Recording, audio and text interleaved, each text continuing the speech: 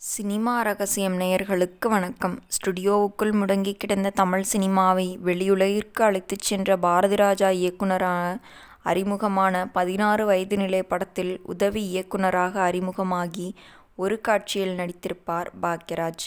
1977ஆம் ஆண்டு இந்த படம் பெரிய வெற்றி படமாக மாறியது. அதனைத் தொடர்ந்து புதிய வார்ப்புகள் 1979 படத்தில் முதலில் நாயகனாக அறிமுகமான பாக்யராஜ் சுவரில்லாத சித்திரங்கள் படத்தின் மூலம் இயக்குனராக அறிமுகமானார். தொடர்ந்து ஒரு கை ஓசை, மௌன கீதங்கள், இன்று போய் நாளை வா, விடியும் வரை காத்திரு, அந்த 7 நாட்கள், தூறல் நின்னு போச்சு, பொய் சாட்சி, டார்லிங் டார்லிங் டார்லிங், சொக்கத்தங்கம் என பல வெற்றி படங்களை இயக்கியுள்ளார். குறிப்பாக பெண் ரசிகைகளை கவரும் வகையில் இவரின் திரைக்கதை அமைந்திருக்கும். அதேபோல் ஒரு கை ஓசை திரைப்படத்தில் சாதிய பிரிவுகளை குறித்து பேசியிருப்பார். பல வெற்றி படங்களை இயக்கி ஹீரோவாக நடித்த பாக்யராஜ் 2 திரைப்படங்களில் மட்டும் வில்லனாக நடித்துள்ளார். 1979ஆம் ஆண்டு வெளியான புதிய வார்ப்புகள் படத்தின் மூலம் ஹீரோவான பாக்யராஜ் அதே ஆண்டு வெளியான கன்னி பருவத்திலே படத்தில் வில்லனாக நடித்திருந்தார்.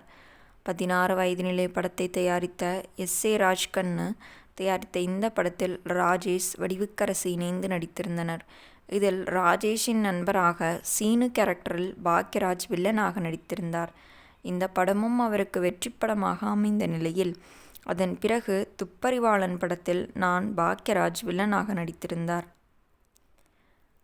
கன்னி பருவத்திலே படம் குறித்து பேசிய பாக்யராஜ், புதிய வார்ப்புகள் படம் வெற்றியடைந்ததும் எனக்கு நடிப்பதற்கு ஆசை இல்லை. அடுத்த படம் இயக்க வேண்டும் என்று முயற்சி செய்தபோது கன்னி பருவத்திலே படம் வாய்ப்பு வந்தது. வில்லன் கேரக்டருக்கு டெஸ்ட் எடுத்தபோது தயாரிப்பாளர் ராஜ்கண்ணு என்னை பார்த்து, இவரே நடிக்கச் சொல்லுங்கள் என்றார். புதிய வார்ப்புகள் ஹீரோ இதில் வில்லனாக நடித்த சூப்பராக இருக்கும் என்று சொன்னார். அப்போது இல்லை, நான் இயக்கும் படத்திற்கு சுதாகர் டேட் கொடுத்து விட்டார், நான் போக வேண்டும் என்று சொன்னேன். ராஜ்கண்ணு சுதாகரிடம், நீ வந்தா உன்னை துப்பாக்கியால் சுட்டு விடுவேன் என்று சொல்லிவிட்டார். அதன் பிறகு சுவரில்லாத சித்திரங்கள் படத்தின் இயக்குனர் கோபிநாத், இதை முடித்துவிட்டு வா என்று சொன்னதால் கன்னிப்பருவத்திலே படத்தில் வில்லனாக நடித்தேன் என்று பாக்யராஜ் ஒரு பேட்டியில் குறிப்பிட்டுள்ளார். அதேபோல் இந்திய சினிமாவின் திரைக்கதை மன்னன் என்று அழைக்கப்பட்ட இயக்குனரும் நடிகருமான கே. பாக்யராஜ் இயக்கிய பல படங்கள் இன்று வரை ரசிகர்கள் மனதில் நீங்காத இடம் பிடித்துள்ளது.